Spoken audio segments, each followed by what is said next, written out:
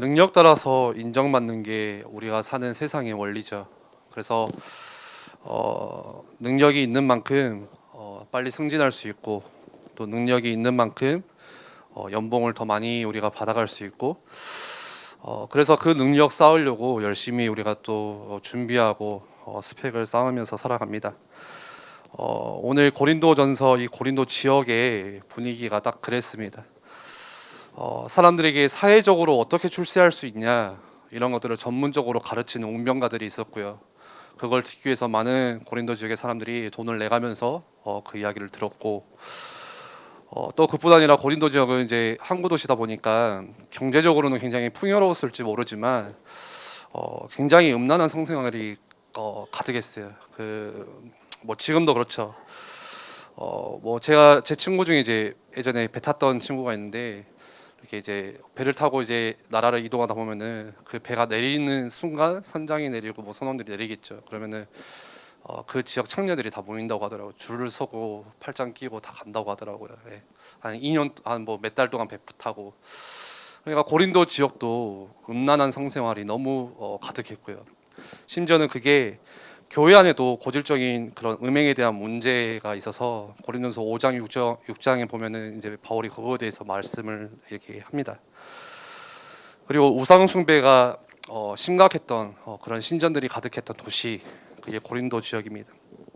거기에 교회가 하나 세워졌는데요. 근데 오늘 강단 말씀처럼 교회가 변질되었습니다. 세상의 문화, 또 그 지역의 흐름들, 그게 다 영향을 받았습니다. 변질되는 데는 세 가지가 있습니다. 첫 번째는 타협하면은 변질하고요. 설득 당하면은 변질되고요. 적당히 하면은 변질돼요. 오직 복음에는 적당히가 없어요. 예. 그런데 왜 이렇게 고집스럽냐, 교회가. 조금 이렇게 타협하는 거, 좀 이렇게 잘 해보자 서로.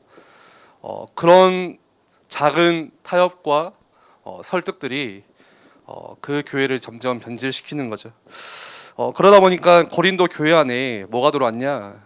그 고린도 지역에 있는 세상의 가치관들, 고린도 지역에 이렇게 감고 있는 아이디어들, 고린도 지역에 있는 그런 방법들이요, 다 고린도 교회 안에 다 들어간 것입니다. 그래서 왜 바울이 이 고린도전서 편지를 쓰냐? 계속 은사에 대해서, 하나님이 주신 그 달란트에 대해서 네가 높냐 누가 낮냐 이거 따지고 있고요. 팔을 놔두고 그것 때문에 그런 교만함들이 교회 안에 가득해서 분열을 일으키고 있기 때문에, 그래서 바울이 고린도 교회가 다시 복음 전파를 위해서 우리가 함께 협력하여 주기를 바라는 마음으로 쓴 서신 편지가 고린도전서입니다. 교회가 진짜 해야 될 거는 그거 아니다. 복음 전파다. 이제는 남들보다 앞선다는 그런 분열적인 생각들을 버리고, 영적인 교만함을 버리고, 약한 자들의 믿음을 같이 세워주고, 또 불신자들에게 효과적으로 복음을 전하기 힘쓰도록 기도하는 마음으로 쓴 편지가 오늘 읽은 고린도전서 말씀입니다. 그중에 오늘 12장은요, 계속해서 누구 은사가 높고 낮냐, 막 위치와 지위를 이렇게 가르는데요, 그것에 대한 바울의 말씀이에요. 그 중에 핵심 주제는 고린도전서 12장 20절입니다. 이제 지체는 많으나 몸은 하나다. 12장의 핵심 주제는 이겁니다.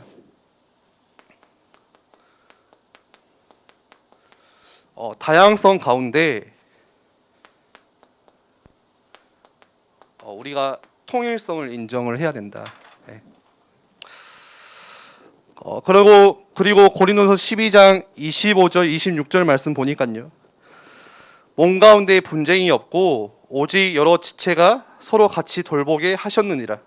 만일 한 지체가 고통을 받으며 모든 지체가 함께 고통을 받고, 한 지체가 영광을 얻으며 모든 지체가 함께 즐거워하느니라.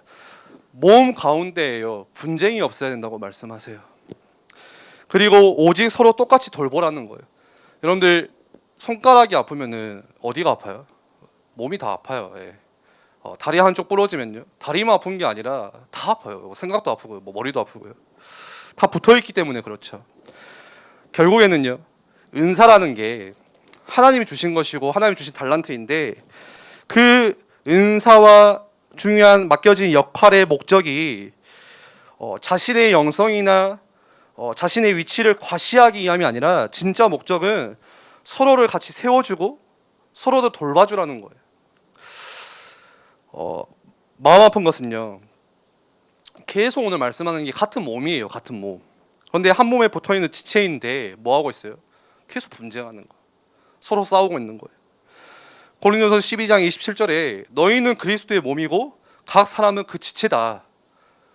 교회를 향하여서 말씀하시는 거거든요. 그런데 한 몸에 붙어있는 한 지체임에도 불구하고 서로 비난하고 서로 헐뜯고 서로 분노하고 서로 미워하고 짜증내고, 사실 그렇지 않습니까? 교회 와서 가장 힘든 게 뭐냐? 사람 만나는 거잖아요. 사람과의 관계예요.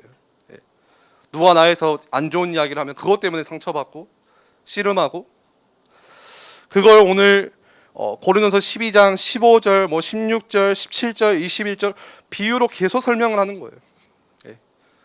눈이 필요가 없냐, 발이 너는 하는 게 없냐, 이런 거예요. 예를 들어서 우리 몸 중에서요 가장 일을 많이 하는 게 뭘까요? 다 다르겠지만 저는 손이라고 생각이 돼요. 계속 움직이죠. 우리 지금도 움직이죠. 핸드폰 하고 스마트폰 하고 계속 뭔가를 누르고 일을 해요. 눈도 마찬가지겠죠. 뭘 계속 보고 있죠. 그런데 손이, 이놈이가 계속 일을 하니까 열받는 거예요. 그래서 입한테 짜증을 내는 거예요. 딱 그런 비유거든요. 야, 나는 계속 일하는데 입 너는 뭐 하냐 도대체. 기껏해야 맛있는 거 먹기나 하고 말이나 하고 하는 게 뭐냐. 그래서 손이 짜증이 나서 입을 미워하는 거예요. 한 몸 안에서 말이 안 되죠. 그게 손이 입을 미워하는 게 말이 안 되잖아요. 그런데 그 말이 안 되는 거를 지금 교회 안에서 하고 있다는 거예요. 고린도서 말씀은요. 그래서 손이 짜증이 나서 더 이상 내가 음식을 집어다가 입에다 안 넣어줘야겠다 생각을 하고 멈추면 어떻게 돼요? 가장 먼저 힘 빠지는 게 손이에요. 다 붙어있기 때문에. 고린도서 12장 13절에 다 한 성령으로 세례를 받아 한 몸이 되었다. 성령을 주시고 성령으로 거듭나게 하신 이가 한 분이라는 거예요. 그래서 우리가 한 몸이 되었고요, 한 공동체를 이루시는 거예요. 성령 안에서. 에베소서 4장 15절 16절 말씀에는 그는 머리니 곧 그리스도다. 그리스도가 우리의 머리가 되시고요, 그에게서 온 몸이 각 마디를 통하여 도움을 받음으로 연결되고 결합되어 각 지체의 분량대로 역사하여 그 몸을 자라게 하며 사랑 안에서 스스로 세우는, 그리스도가 머리가 되세요. 그리고 그 몸을 이끄시고 지휘하시고 인도하시는 분이 그 머리가 되시는 그리스도예요. 그리고 사랑 안에서 서로 성장하며 중요한 역할을 그 지체들이 해나가는 거예요.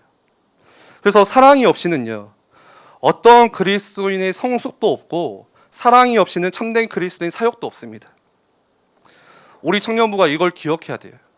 사랑이 없이는 청년부 사역도 없고요, 사랑이 없이는 청년부의 성장도 없습니다. 그래서 공동체는 하나님께서 세워주신 중요한 축복이에요. 특히 복음 안에서 모인 공동체라는 것은 단순히 그 기능이요 예배 드리고 흩어지는 그런 정도가 아니라 어마어마한 하나님의 비밀과 축복이 이 안에 다 들어 있습니다. 오늘 말씀의 제목처럼 과거의 상처도 이 영적인 공동체 안에서 치유받을 수가 있어요. 함께할 때, 서로 도와가면서 섬길 때. 그렇다면 우리가 이 공동체라는 것을 쉽게 볼 게 아니죠. 우리의 가정도 마찬가지고요, 하나님께서 세우신 공동체가 가정이고, 또 하나님께서 세워주신 공동체 중에 하나가 교회인데요, 최고의 공동체인데 여기에서 우리가 치유도 일어나고 그 안에서 힘도 회복되어지고 낙심되었다가 소망도 다시 생기는 것이고, 그 올바른 기능을 하는 게 가정과 교회의 공동체입니다. 그런데 왜 나는 집에 가면 힘 빠지죠? 왜 집 나가고 싶죠? 왜 교회에 나오면 힘들죠? 사단이요 그걸 건드는 거예요. 하나님께서 세워주신 그 공동체를 무너뜨리려고. 왜요? 그것만 회복되어지면 모든 것들이 치유되기 때문에. 자꾸 왜곡되게 만들고, 자꾸 그 속에서 분란시키고 분열되게 만들고, 그 사단에게 속으면 안 되겠죠. 신약 성경에 교회를 설명하시면서 서로라는 단어가 50번 이상이 등장합니다. 그 단어가 나오는데 어떻게 나오냐? 서로 같이 기도하고 함께 하라는 거예요. 서로 격려하고 혼자 하는 게 아니라는 거예요. 공동체라는 거죠. 서로 돌봐주고 서로 짐을 나눠주고 서로 보호하고 서로 용서하고 모든 것들을요 혼자가 아니라 서로 함께 하라고 하시는 거예요. 그런데 지금 세상의 문화나 세상의 그런 흐름들은요 서로가 아니죠. 개인이 이기주의를 향해서 그냥 나만 좋으면 되는 거예요. 내가 중요한 거예요. 남이 뭐라고 하든 남이 시험 들고 남이 저렇게 뭐 이상한 데로 가든 저는 관심이 없어요. 내가 중요한 거예요. 서로 공동체 안에 많은 것들을 두셨다는 말이죠. 그 안에서 용서도 가능하고 우리가 그 안에서 서로 짐을 나누는 것도 배울 수 있고 서로 함께하는 그곳에서 기도가 무엇인지 사랑이라는 것이 무엇인지 선교라는 것이 무엇인지 함께 배울 수 있는 게 공동체 안에 담긴 비밀이에요. 축복이에요. 그래서 오늘 제목이에요. 영적인 공동체의 결속만큼 결합되는 만큼 뭐가 일어나냐? 내 개인의 치유가 일어나는 거예요. 그런 의미 속에서요. 오늘 청년부 총회는 또한 의미가 굉장히 깊습니다. 중요합니다. 우리가 이 작은 어떻게 보면 굉장히 작은 모임이죠. 밖에 사람들이 볼 때는 별로 중요하지 않은 모임이에요. 초라해 보이는 모임일 수 있어요. 그런데 그런 이 작은 청년 공동체 안에서 나와 다른 사람이 많죠. 어떤 사람은 약하고 나보다, 어떤 사람은 말이 많고, 또 어떤 사람은 나와 맞지가 않고, 그 작은 모임 안에요 나와 맞지 않는 사람이 또 많아요. 다 맞을 수가 없어요. 그런데 이게 시험 들고 힘들어할 이유가 아니라는 거예요. 오늘 말씀의 결론은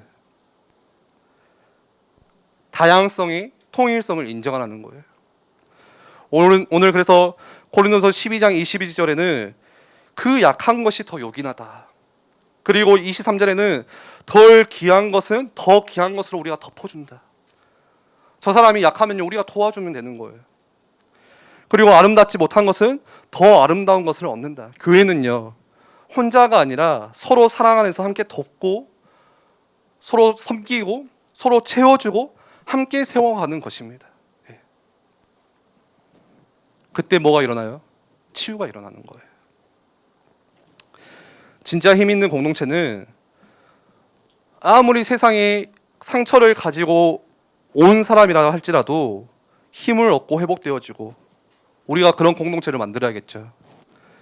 기능을 올바르게 제대로 할 수 있는 공동체를 만들고 믿음의 공동체를 만드는 것이 오늘 저와 여러분의 또 청년부의 숙제인 줄 압니다. 말씀을 정리하겠습니다. 하나님은 교회를 가정으로 설명하셨습니다. 그래서 교회는 그런 곳이면 돼요. 가정이면 돼요. 능력에 의해서 차별되지 않고요.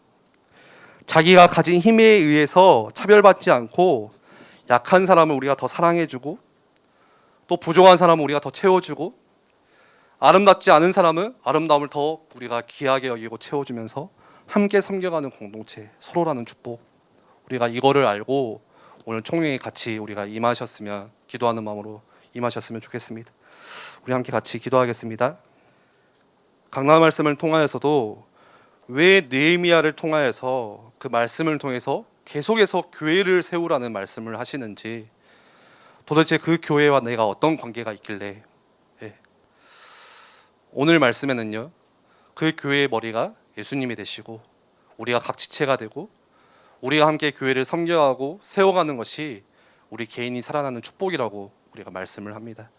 그래서 교회는 하나님께서 세워주신 우리에게 아름답게 선물로 주신 공동체이고요. 이 시간 함께 같이 기도할 때 하나님 이 청년부 공동체 안에 진짜 하나님께서 원하시는 참된 이 영적인 공동체가 회복될 수 있도록 주께서 역사하시고 제일 중요한 거 무엇보다 우리가 사랑 안에서 함께 섬겨가면서 서로 돕고 서로 채워가고 함께 세워갈 수 있는 하나님의 청년 공동체가 될 수 있도록 또 오늘 총회 이후에서도 하나님의 계획과 인도하심 가운데 진행되어지도록 역사해달라고 우리 한번 같이 기도하겠습니다.